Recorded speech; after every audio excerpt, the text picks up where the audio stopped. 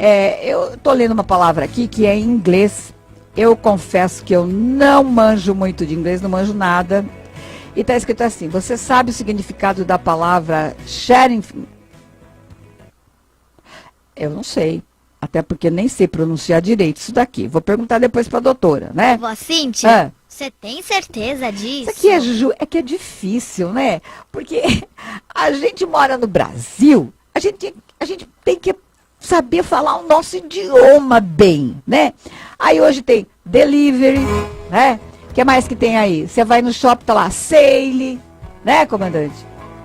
Off, como que fala aquela mesmo de entrar e sair? Open, né? Quer dizer, gente, close, aí dificulta a vida, né? Porque vai lá nos Estados Unidos, vê se tem alguma coisa escrito lá em português. Não tem nadinha.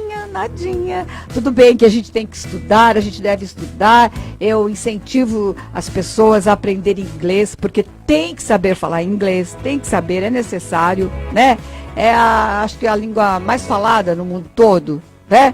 Então, a gente tem que saber. Mas complica a nossa vida, né? A gente que já passou aí de um certo período, tem que saber tudo. Então, a gente sabe essas coisinhas mais simples, porque a gente lembra ainda de quando estudou, a gente tem netos que falam inglês, tem, né, os filhos, que hoje os jovens todos falam.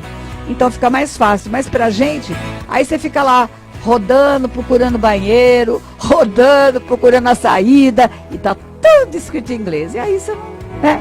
Então, me desculpe se eu estiver lendo errado aqui, mas a gente vai falar aí vamos perguntar o que quer dizer isso, né? Porque diz que é um assunto bastante comentado no momento. Então, nós vamos conversar com a doutora Caroline Sigoloni. Deixa eu pôr o óculos, peraí. Sigolini? Peraí.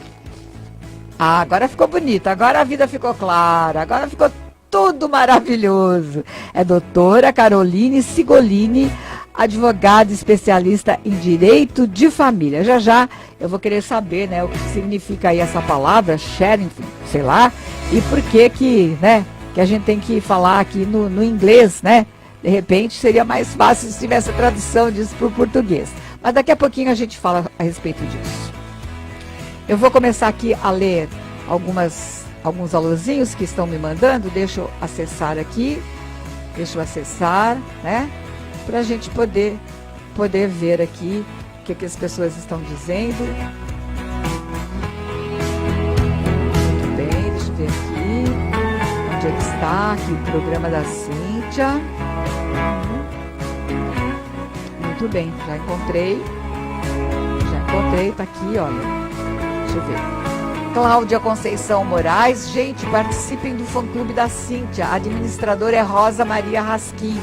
Eu estou adorando participar do fã-clube da Cíntia. Aí ela fala, é um doce de pessoa. Obrigada, querida, obrigada pelo seu carinho. Então tá aí, você gostaria de participar do nosso fã-clube? Queria fazer parte do nosso fã-clube? Olha, a Cláudia Conceição Moraes está convidando vocês para participarem aqui do nosso fã-clube, tá bom? Vera Lúcia Francisca, oi amiga de todas as tardes, sextou, e nós tá como? Beijos, Vera Góes do Parque Real Itatiba, é isso aí, minha amiga, um beijo para você. Alô, Úrsula Correia, também na nossa companhia, a Úrsula que trabalhou até agora há pouco, né, aí vai para casa para fazer os seus afazeres, né, Úrsula, de dona de casa também, porque nós mulheres temos que ser assim, Mulher Maravilha, dá uma voltinha, é dona de casa, dá outra voltinha, vai pro trabalho, dá mais uma voltinha, tem que cuidar dos filhos, mas a Úrsula sempre tá ligadinha aqui com a gente. Um beijo, Úrsula. A Antônia Oliveira está nos assistindo, a Vera Lúcia, ela disse hoje não consegui assistir o Eli Correia e a Úrsula, é a Vera Góes lá de Itatiba. Que pena, né, Verinha? Que pena, mas ó, tem amanhã para você acompanhar, tá bom? A Mary Queiroz está nos acompanhando, Aparecida Almeida, um beijo para você, minha linda, Carmen Lúcia, daí, todo mundo ligadinho aqui. Você vai ensinando as pessoas como elas devem fazer para ficar na companhia da Cíntia e do Eli Correia, porque tem muita gente que ainda não nos encontrou, tem muita gente procurando, meu Deus, eu liguei meu rádio, não encontro mais a Cíntia nem o Eli Correia, eu não posso ficar sem o Eli Correia, como é que eu acho esse homem? Então, vocês entram aí no YouTube, né, na rádio aí do Eli Correia, vocês vão direto lá e no YouTube, no programa Eli Correia, e vocês vão encontrar o Eli Correia, e na minha fanpage vocês também me encontram aqui todas as tardes.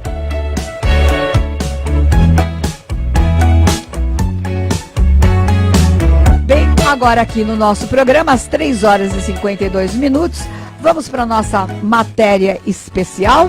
Vamos lá, comandante? Hoje participando com a gente a doutora Caroline Sigolini, ela que é advogada especialista em direito de família. Boa tarde, doutora Caroline. Olá, Cíntia, tudo bem? Tudo bem, graças a Deus. Muito obrigada por estar participando aqui do nosso programa. Eu quero agradecer muito a sua participação. Olha, a hora que eu fui ler aqui o significado da palavra, eu fiquei meio confusa. Como é que se pronuncia direitinho em inglês, doutora? Bem, Cíntia, obrigada pelo convite. É um prazer estar aqui com vocês. Você pronunciou de forma correta. Sharing, na verdade, nada mais é do que a formação, é uma palavra, oriunda do inglês, que ela é formada a partir da junção do verbo to share, que significa compartilhar, com parte de uma palavra que chama parenting, que é parentalidade, pais. Por que essa palavra é em inglês? Porque em 2012 foi um jornalista americano que criou esse termo para falar sobre uma tendência por parte dos pais de compartilhar informações e fotos dos seus filhos online. Certo. Muito bem, então, entendi. Em resumo, sharing nada mais é do que uma atitude, então, representada pelo uso excessivo, então guardem bem essa palavra, é o uso excessivo das redes sociais pelos pais para compartilhar conteúdo, então, relacionado aos seus filhos. A prática de sharing ocorre naquele momento em que há um descontrole mesmo por parte dos pais na exposição e na divulgação de dados tão íntimos de pessoas, de crianças que não são capazes de se expressar. Então, não é o simples fato de pais postarem fotos dos seus filhos, mas é o uso excessivo dessas postagens, é a criação de perfis próprios. A gente tem exemplos claríssimos de famosos, por exemplo, ainda em 98, o Jornal Nacional, ele transmitiu o nascimento da filha da Xuxa, por exemplo. Verdade, é uma coisa lembro. mais exposta do que isso. Pois é. Mais recente agora, a filha da Sabrina Sato, que tinha Instagram mesmo antes de nascer, quer dizer, na barriga da mãe, a Sabrina Sato já criou um Instagram para ela. Então, a gente percebe que hoje em dia, com as redes sociais, a gente hoje, quem não tem Instagram e quem não tem Facebook é considerado até uma pessoa da idade das pedras. Né? É verdade. É verdade. É como assim, em vez de perguntar qual o seu nome, eu pergunto, você tem Instagram, né? Você tem Instagram, exatamente. Um absurdo. As pessoas são reconhecidas pelo seu Instagram. É uma espécie de identidade. É verdade. Agora me diga uma coisa, a gente sabe que isso não é uma coisa boa, né? Quando ultrapassa o limite e tal, não é uma coisa legal. Agora, existe legislação que cuida do tema? Não. No Brasil não existe nenhuma legislação específica que proíba ou que iniba os pais a controlar esse tipo de publicação. Mas a gente tem o Estatuto da Criança e do Adolescente, que assegura aos menores, então, o direito à privacidade, à imagem, à autonomia aos pequenos cidadãos. E a própria Constituição Federal garante que são invioláveis a intimidade, a vida privada, a honra e a imagem das pessoas. Então, por mais que a gente não tenha uma legislação específica sobre o tema, a gente tem aí o Estatuto e a própria Constituição Federal que garante, então, que a nossa intimidade seja inviolável. Certo, só que eu não estou me lembrando o nome agora, mas tinha até uma menininha, cantora, filha também de um cantor, que eles estavam fazendo isso com a menina. A menina estava toda hora aí com roupas assim mais dançando, gestos mais assim sensuais, coisas mais de adulto, entende? Isso deu uma confusão danada até, que os pais ficaram revoltados, disseram que a filha deles, que eles têm direito de fazer o que querem, mas isso daí foi bem comentado na época. Então, me diga uma coisa, doutora, quais os riscos associados ao compartilhamento indiscriminado de conteúdo? Todo mundo sabe que o que acontece na internet normalmente fica na internet. Então, os dados que são expostos hoje nas redes sociais, eles são muito perenes. Então, quais são os principais riscos quando você acaba compartilhando indiscriminadamente conteúdo dos seus filhos? É claro que você tem a sua liberdade de expressão, enquanto genitor você pode sim publicar fotos dos seus filhos, mas tem que dosar um pouquinho isso, porque as crianças, elas podem ser vistas ou contatadas por abusadores sexuais, vítimas de assédio virtual, e aí você acaba infringindo o direito da privacidade do menor. Além do que, muitas fotos, dependendo da foto que você publica, ela pode ter seu conteúdo alterado, ser usado, então, em websites por pedófilos. É uma questão bastante delicada, você precisa, assim, ter uma certa dosagem aí. Por exemplo, a Sandy é um exemplo de famosa que posta foto do seu filho, mas evita mostrar o rosto dele. Quer dizer, hoje em dia, assim, você pensa que você, enquanto mãe, pode publicar fotos do seu filho com camisetas de partido político, de religião, etc. O filho cresce, desaprova aquela conduta, só que tá lá, o dado dele já está na internet. Tem jeito não é uma mais. coisa que ele possa esconder, já foi exposto, né? Então tem que ter muito cuidado com isso. Porque às vezes o pai, a mãe acham que aquilo que o filho está fazendo é engraçadinho, é bonitinho, né? Mas não estão pensando nas consequências, né? O que aquilo pode acontecer, né? Que aquilo tudo pode trazer. Por isso que é importante, hoje a gente tem então, Facebook, Instagram, que você pode delimitar a publicidade, né? Quem pode ver o seu conteúdo, evitar compartilhar coisas com detalhes muito pessoais, data de nascimento, nome completo, a localização da foto, que hoje você pode, então, compartilhar, na hora que você publica uma foto, você pode colocar onde aquela foto foi tirada, você pode evitar isso. Então, isso é muito específico com quem você compartilha essas fotos, porque uma vez postada na internet, não havendo a publicidade restrita, você não sabe onde essas fotos podem parar. É verdade. Quantos problemas já tivemos, assim, de fotos, né, de artistas que já vazaram aí, né, por vários motivos, porque foram consertar o aparelho e tal. Então, é preciso mesmo ficar muito atento a isso tudo, né? Até porque a criança não sabe. A criança é incentivada a fazer aquilo, ela vai e faz, né? Então, cabe aos pais mesmo ficarem bem atentos a isso. Porque, eu não sei, existe uma coisa assim de que muitos pais acham que se ficarem expondo os filhos, mostrando que eles não são tímidos, né? Que isso tudo pode surgir uma chance deles trabalharem na TV, né? Não é isso? Muitos pais têm esse sonho de que seus filhos se tornem artistas, assim como tem muitos que os filhos se tornem jogadores de futebol. Então, talvez eles achem que colocando isso tudo, alguém vai ver e vai chamar essas crianças. Mas só que esse alguém pode ser, como a senhora disse, um pedófilo, uma pessoa que vai fazer mal a essa criança, né? Mal intencionada, exatamente. Por mais que a gente saiba que os pais, na grande maioria das vezes, publiquem fotos com a melhor das intenções, é preciso pensar duas vezes. E também, uma dica é, à medida que os filhos forem ficando maiores, pedir consentimento. Já rolou aí comentários na mídia de uma família americana, se eu não me engano, em que a mãe estava postando a foto da filha, a filha perguntou, você pediu meu consentimento para postar essa foto? Olha, então, quer dizer, é importante você dialogar com seus filhos a respeito disso. A gente sabe que muitas crianças aí ganham celulares muito cedo, criam redes sociais muito cedo, então é importante sempre manter o diálogo.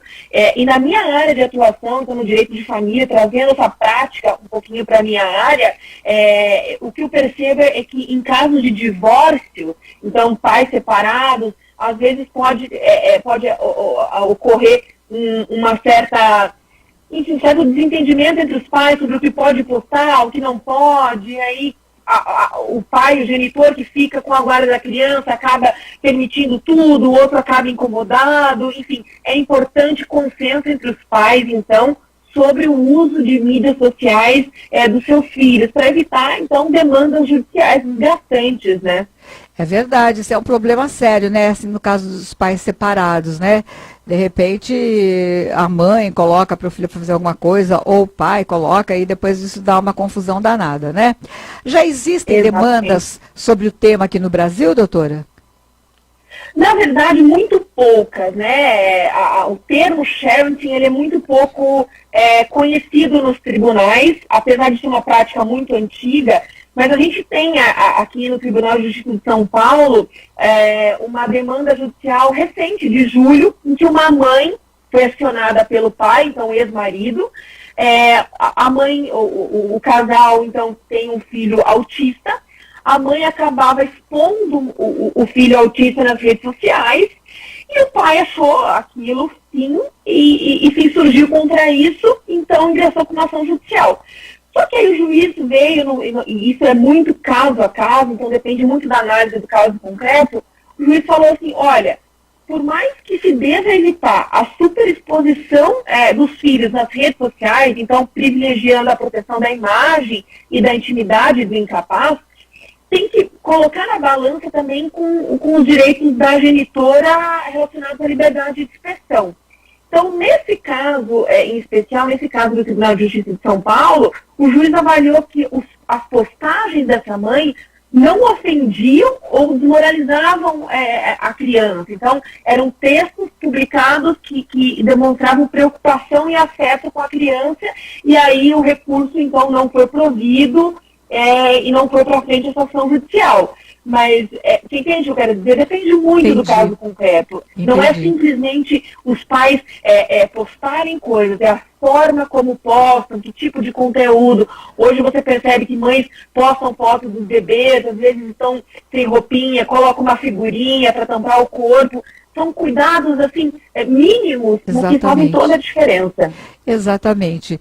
Bom, eu gostaria então, doutora, que a senhora deixasse aí esse alerta, né, para todos, para os pais, né, até para os avós mesmo, porque às vezes os filhos ficam com os avós e os avós podem colocar alguma coisa assim, achando que não tem nada demais e de repente, né, depois vai dar confusão. Que a senhora esclarecesse então a eles até onde eles podem chegar, qual o limite e tudo mais.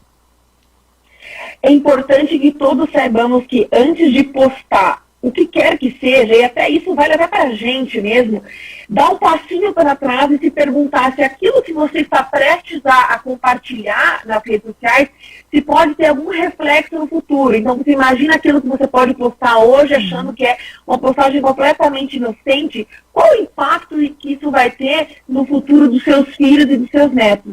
E avós, principalmente, não postem nada sem o consentimento dos pais. É a eles que cabem essa decisão, então muito cuidado, a gente sabe que tem muitos avós corujas por aí, mas é muito importante ter consentimento de pai e mãe para qualquer foto que você venha a publicar na internet. Tá, e essa coisa também de, às vezes, publicar a criança indo para a escola, mostrando aonde a criança estuda, mas isso também deve ser evitado, né, doutora?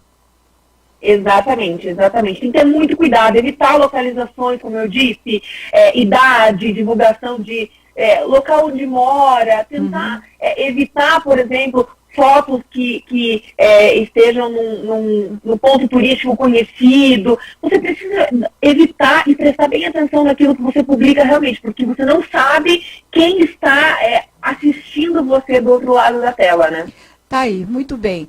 Olha, foi um prazer enorme conversar com a senhora, doutora Caroline, um grande abraço, muito obrigada mesmo, viu? E gostaria que a senhora deixasse aí um contato seu, é possível? Claro, é um prazer ter estado aqui com você, muito obrigada pelo convite. As pessoas podem me seguir através do meu Instagram, @CarolineCigolini, e eu deixo aqui também meu celular, DDD 11 98933 2016. Muito bem, 989332016.